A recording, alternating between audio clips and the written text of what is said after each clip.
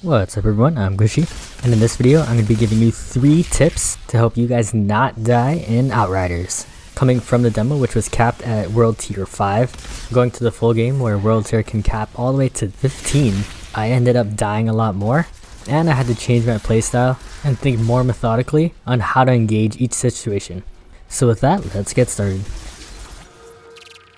I wanted to start this video off saying that I'm a very average player, so even at World Tier 6, I was having a harder time on certain boss fights. However, I just wanted to share with you guys a couple things that worked for me, and if you guys have other tips that help you guys, please let me know in the comment section down below so we can share that information to everyone. Alright, so the first thing that really helped me was positioning myself in a place where I'm exposed the least to enemy fire. And there's usually 2 situations where I found myself being exposed way too much. The first is when I'm trying to get to an enemy after they duck under cover. Usually my first instinct is to just run straight to them and then get behind their piece of cover to get line of sight and shots on the enemy. However, you do take an absurd amount of damage while you're out in the open. So there are 2 ways that you can fix this. The first is to go from cover to cover in a path where enemies can't see you. Even though this path may take a little longer, it will leave you less exposed and saving that precious health that you have. The second way, and my preferred method, is to use your cooldowns. This could mean defensive abilities like the Devastator's Golem, mobility skills like the Trickster's Hunt the Prey, or crowd control moves to stun enemies like the Technomancer's Cold Snap or Pyromancer's Ash Blast. With less enemies firing at you, you should be taking less damage, helping you survive more. And the second way that I'm exposed really unnecessarily is when I'm firing at an enemy while not under cover. Although you're doing damage to one enemy, all the other enemies are free to fire at you.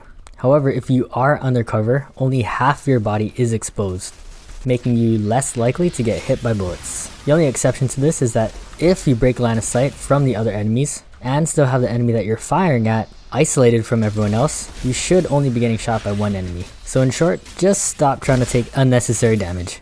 Alright, so the second tip that I have for you guys is to take your time. Your skills are one of your most powerful tools that you could be using, besides your guns of course. However, unlike your guns, most of your abilities can be used completely while you're undercover, giving you the complete freedom to do damage while taking no damage yourself. Most of the cooldowns are below 20 seconds, so waiting 10 to 15 seconds for at least one of your cooldowns to refresh and do free damage as well as give you more health is always worth it. Another benefit of taking your time and chilling undercover is that you get health back. And what I mean is that if your health is below 25% after not taking damage for 3 seconds, your health will slowly regain up to 25%. This is the only instance besides the Technomancer's ability where you can heal without killing someone. And finally, my last piece of advice, which I found helpful and is kind of specific to close range characters for the Devastator and the Trickster, is to use your melee ability more. The melee cooldown is at a really low cooldown of 1 second and provides an insane amount of utility. The Trickster's slow, especially used when you do that ground pound, and it affects the area of effect, is really useful in hitting multiple enemies at once, as well as buying you time to finish them off and gain your health back.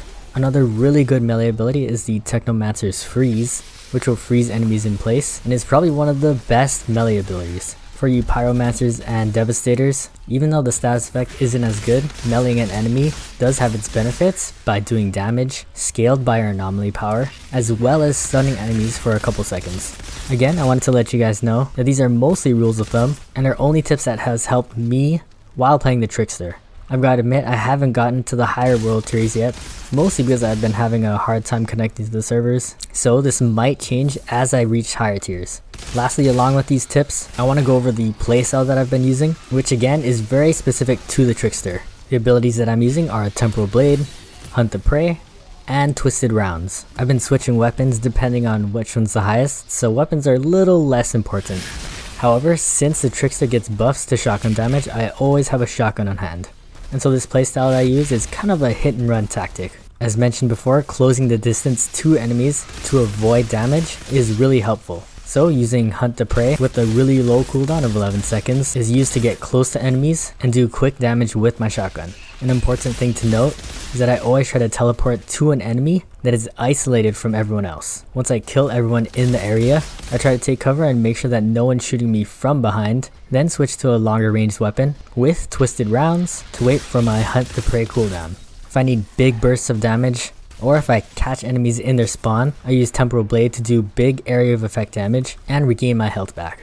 And so these are some tips that have helped me as I level up, gain more abilities, more guns, and face higher tiered enemies. I'm thinking that my playstyle might change, and I'll definitely give you guys an updated build and playstyle. So with that, I really hope that you guys found this helpful, and as always, thank you guys for watching. Hope to catch you in the next one, and GG.